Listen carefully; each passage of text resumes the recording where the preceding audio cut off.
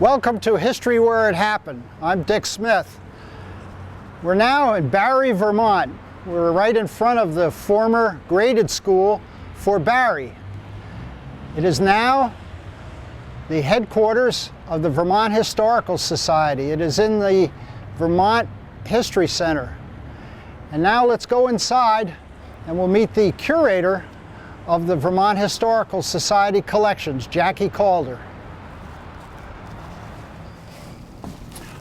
Well, I'm now inside the Vermont History Center, Vermont Historical Society. And I'd like to introduce, as I mentioned outside, the curator of the Vermont Historical Society, Jackie Calder. Hi, Dick. How's it going, Jackie? Good. Thanks for coming today. Jackie has been the curator, and I hope I get this right, I'm going to have to mention it, 25 years. Over 25 years, yes. Over 25 years. A big milestone was this year. Yes. And maybe you could give us a little background as to where we are inside the building and the history of the building and why the Vermont Historical Society is here. Well, you're currently in the Vermont History Center, which is in Barre, and we've been in this building since 2000. Up until 1995, it was used as one of the schools in Barre. It was built in the 1890s as a Spalding graded school. And it was a high school until the early 1960s, and when they built a new high school in town, and then the middle school was here, and then they moved out in 95 when they built a new middle school and elementary school. So Barre had the situation, they had this beautiful building, and we needed a space because we were expanding and too big for our space in Montpelier. So we stayed in Montpelier with the museum there and then moved here and have our collections stored here. Both the museum and library collections. Our libraries here, we have a major research library and our administrative offices. And we also have lots of programs here because this is such a beautiful building. It allows us to do many, many things. We're now in a space that we use as a changing gallery. And currently we have an exhibition up on the Civil War. It'll be up probably through the end of 2015. And it shows pieces from our collection. And really highlights the photographs of George Houghton from Brattleboro. We also have some of the flags, Civil War flags from the state collection on exhibit here. And also the Andros Panorama, which is a very unique piece, 150-foot long mural that has 11 scenes from the Civil War and Custer's Last Stand. It was a theater piece that veterans of the Civil War would have gone and seen. So you actually slide, it goes go up or down? No, it goes to the side. Would have been an actual theater piece. So this exhibit talks about the men who served in the war, the women, and what was going on throughout the war. In the back gallery, we have an exhibit about Barre. It's called The Emergence of the Granite City.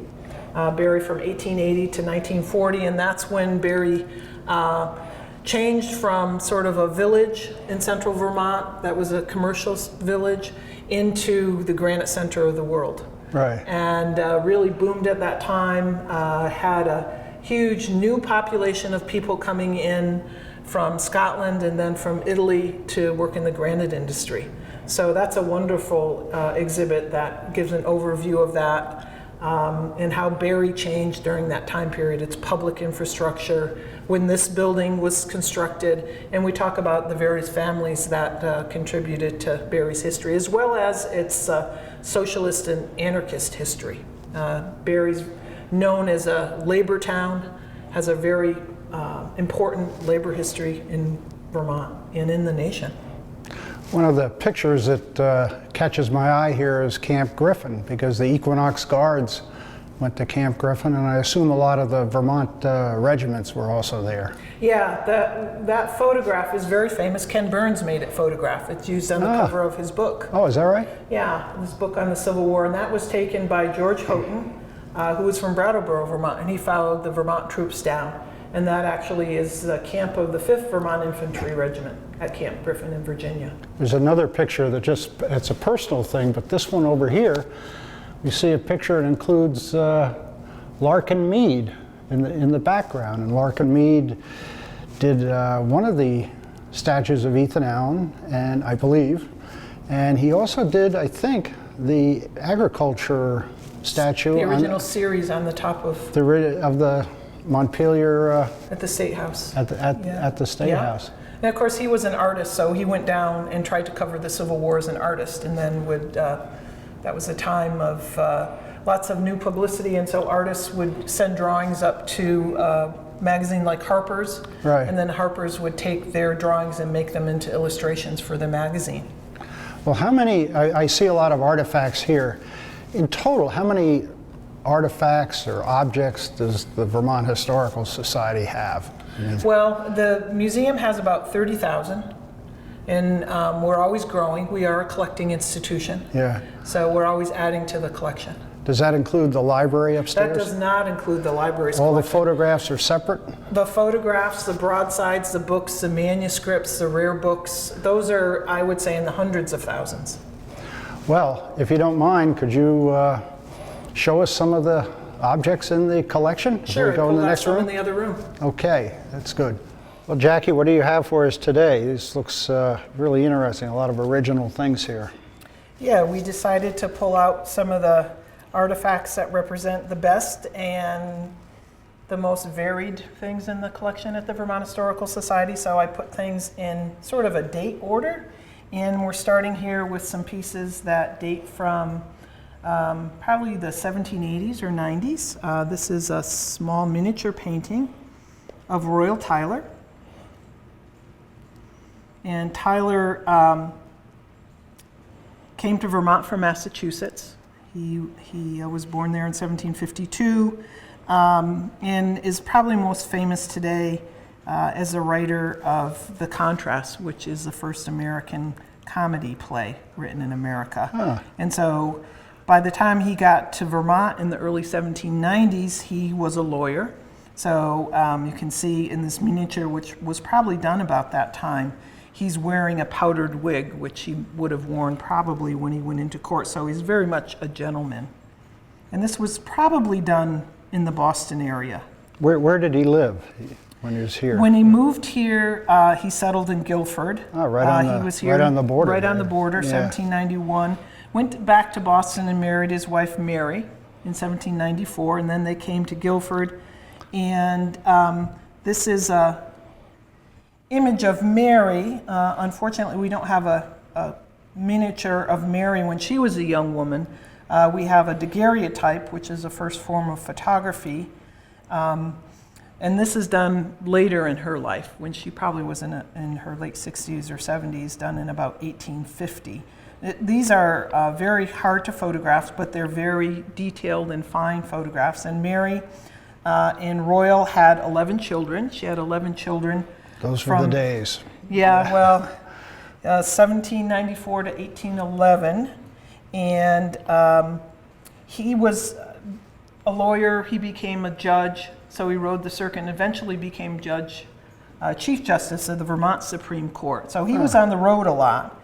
And Mary was taking care of all those children. We have her diary that she was keeping in the 1820s to the 1840s. Very detailed, all of the work that she did. But because she had all those children and was well educated, she decided she was going to write a book too. So we have a copy of Her Maternal Physician that was written or published in 1818. And as the library also, because The Contrast is so famous, we have several editions of The Contrast by Tyler.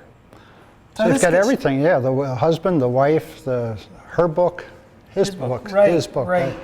This is really clear. I mean, that's you can really see. I shouldn't have touched it, I'm sorry. Well, this is just a print, and it's actually a photograph of Mary Tyler's daguerreotype. So when you look at it, you can see, if you get it just in the right light, you would be able to see all of the wrinkles on her face and the patterns and the scarf and the hat that she's wearing. She doesn't look happy after all those children. Well, she was much beloved, as was her husband. Their children doted on them. But she, someone living at that time, all those children, she lived to 1866, and so she did okay. Never really wealthy. They were always wondering about money. What's this? These are some materials that belong to General Samuel Strong, who was head of the Vermont militia during the War of 1812, and he took the Vermont soldiers out of state. That was kind of controversial when the British were coming down Lake Champlain and were stopped in Plattsburgh when the Battle of Plattsburgh took place in 1814. So this is his hat, his uniform. You can see it's that great Napoleonic hat and the gilt eagle, American eagle.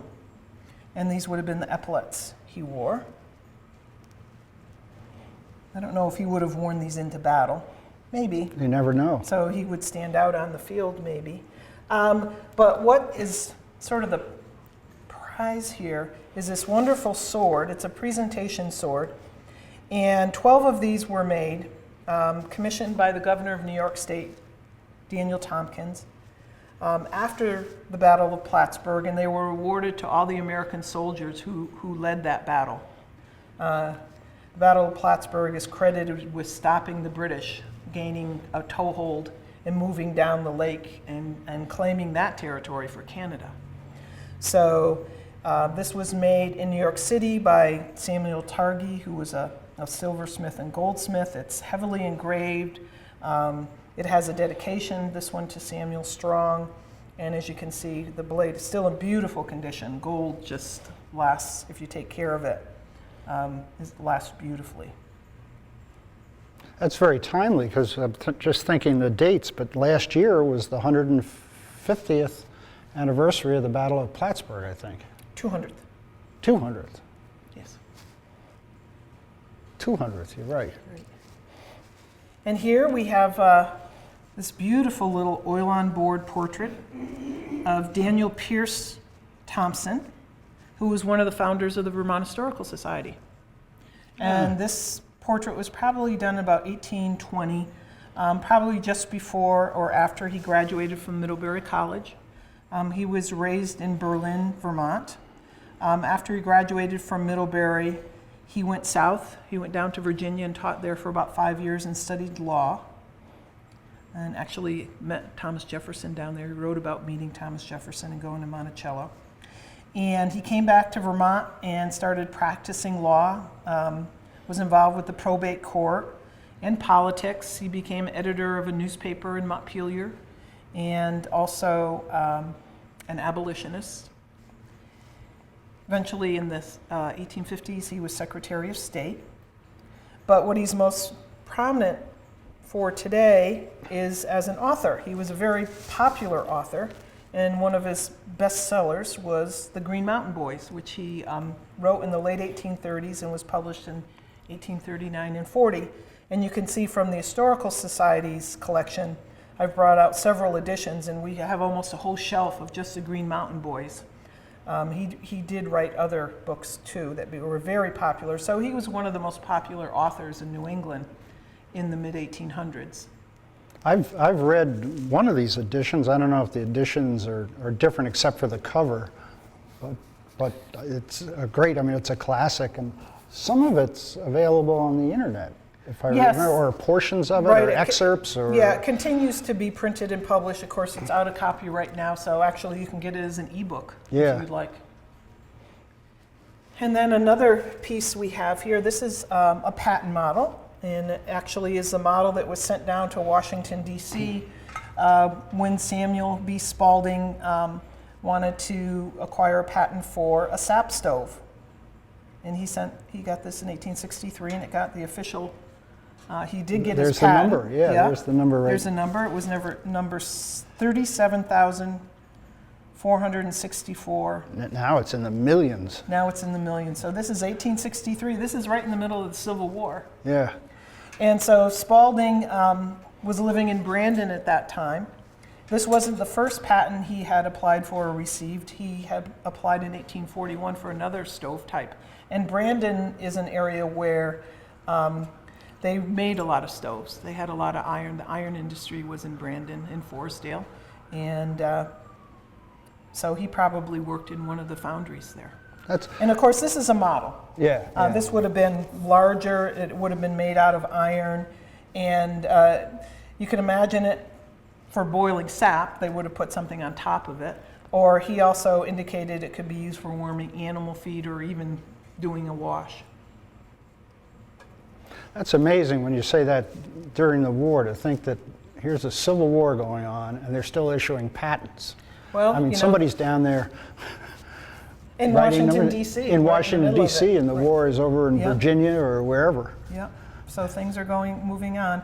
And of course, we're always interested in acquiring things like patents because we can't necessarily get the actual piece that gets made because it might be too big. Right, But right. patent models are just beautiful things to have in collections. And that's right. That's more interesting in a way to show you. The final one is probably tweaked a little. What's to also see- really nice about it, the patent papers that you can get on Google nowadays, you can put the number in and the patent will come up. You can get their full explanation of why they thought this was a unique item. Right. Wasn't there something? This is going to test my knowledge. I don't mean to throw a question. Wasn't the first patent issued, or it was rumored that the first Actually, patent was something for potash? Yeah, if I remember. they did for many years think it was Pittsford, Vermont, but it turned out not to be. Okay. It was somewhere in Pennsylvania. Okay, so I'll stop telling people that. That's right. I Well, heard it from the source. We were saying it until recently, and then someone did an extensive amount of research. So patent history is always something that's fun to study. That's great. So we talked about a patent model, but what a lot of companies had to do, because in the late 19th and early 20th century, they didn't have they didn't have video or as much film or anything. So very often a salesman would go out with a miniature of the product from a company. And so this is what this is. This is a salesman sample of a Green Mountain silo. So you can see Green Mountain silo here. Ah, the original. So, and this is the salesman, this is a case it would have traveled in. So the top comes off. You put that right in that case and it's all padded and the lid goes on it. And so Green Mountain silos were made by first Mosley and Stoddard, then Stoddard Manufacturing Company in Rutland, Vermont. And we even have in the library some catalogs from that company. This was first patented in 1901. And if you drive around Vermont today, sometimes you'll see Green Mountain silos. They're pretty distinctive because of these metal bands that go around it. And it was known for being airtight, and it has these doors that went up the side that they could easily tighten up and loosen up to make it airtight, and also to gain access as you went up and down the silo, and they got lower in the silage. This is interesting. You have the complete package. You've got the product, the sample, the thing it went into, and then the literature. Yes, and that's what we try and do here at the Vermont Historical Society, try and have the full story. And the other thing that's even neat within the package is they even had these pieces that show how the silo actually went together. Ah. And then the straps went around here. So this is the side. So this is how it would go together, and then it would be strapped. And when they advertised it, they talked about how one of these could be put together by 3 men in just a couple days. That was their story then. Yeah. Just like sales literature today. Yeah, and they were sold all over the country. No tools required. Well, I don't know about tools required, but Vermont in the late 19th and 20th century was one of the premier makers of farm machinery and products, because we're a great agricultural state. So you have a lot of people who are solving agricultural problems. So you have Stoddard in Rutland, you have the Vermont Farm Machinery Company in Bellows Falls, Gray's Farm Machinery in Middlesex. So lots going on in the state. And of course, John Deere was born here. John Deere, born in Middlebury. And he went to where, Illinois or Ohio, somewhere in the Midwest. Yes, somewhere in the Midwest, because his plow was not meant for Side Hill Farms. So next, we have a toy. This is an all-wooden toy, and you can see it's a model of a lawnmower. And this was made in the 1940s in Brandon, Vermont. And it was made by a company called Newton and Thompson. Their main headquarters was in Brandon, but their big factory was down in the Forestdale section of Brandon. And in 1929, they had over 175 people working for them. Wow. So it was a large manufacturing.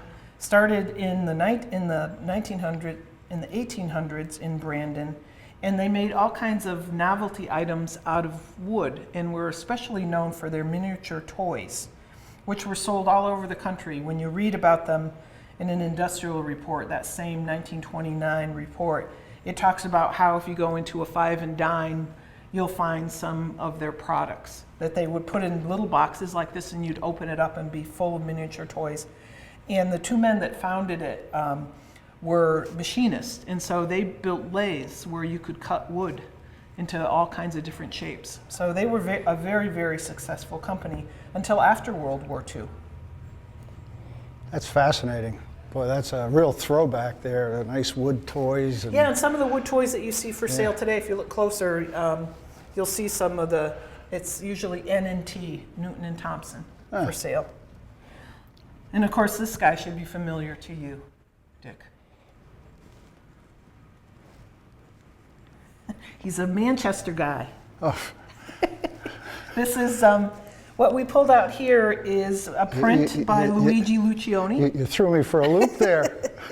I'm looking at it upside down. That's yes, my, that's right. That's that my would excuse. Throw anybody off. That's my yes. excuse. So Luigi Lucioni was born in Italy in about 1900, and then came to the United States with his family in the early 1900s, and studied art down in New York City, and was very successful as an artist, a printmaker. He, I think he came up to Vermont. We know he had actually had family here in Barre that he would visit, but he, one of his patrons was Electra Webb at Shelburne Farms, and he lived at Shelburne Farms for a while painting. But eventually he and his two sisters, none of them ever married, had a farm, and he had his studio in Manchester. Ah. And so what I wanted to show you here is he was a member of the Associated Artists, who were very good at marketing the artwork of artists from the mid-20th century, American artists. And so this is one of the prints of one of his very famous paintings called Route 7. So it shows Route 7 in Vermont. And then I just wanted to contrast that. I'm trying to look upside down. I wonder if that's the equinox. Yeah, yes. He was right at the base of Equinox with a bolt of fabric that they used, Lucioni's artwork. I think that looked very close, and you can see this says, created by Luigi Lucioni of Associated American Artists, 1952. Wow. That's that's the same era of Norman Rockwell, who lived in Arlington from 39 to 52. So. Right. Lucioni, I think, was the next generation. He died in 1988, so he's relatively contemporary. I'm sure a lot of people in Manchester remember him. I do now.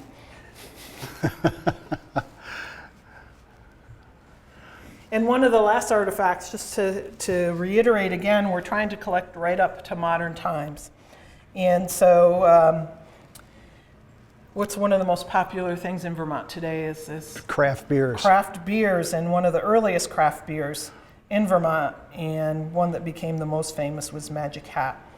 And so there's a Magic Hat growler, which most people may, some people may have if they're a Magic Hat fan. Magic Hat was founded in 1994 up in Burlington. They're now in South Burlington, though they're not a small craft beer anymore. Yeah. No, actually they're owned by a company from Costa Rica. But we were fortunate, before they were sold, we were given the these are the models for the tap poles. They were trying to come up with what they wanted for what was. I mean, at the bar. At the bar, yeah, right? This is bar. a tap pole. So this is a Magic Hat. This is the what do they call it? It's a Tap pole. it's a tap pole, but Yeah. these are the original ones the company was experimenting with. Oh, okay. So these are almost like Or prototypes. Or, yeah, that's what they are. Prototypes. These are prototypes for the Magic Hat. Number 9 and their Magic Hat. So if you go into a bar today and you see a tap pole, they're very similar to this. And Magic Hat, I was actually there about 2 years ago. It's south on 7A. It's right off, Route 7. And they have a great tour there, and they've got a long bar with hundreds of these. I mean, Yeah. not this particular Right. one, but they have a Right. lot of beers. So they there. were very generous. They donated these to the Historical Society. So that's great. That brings us right up to 2000. Yeah. Well, we're now in another exhibit space within the History Center. And Jackie, maybe you can just briefly describe what's here. And I don't know how often these exhibits change. It looks like some new things.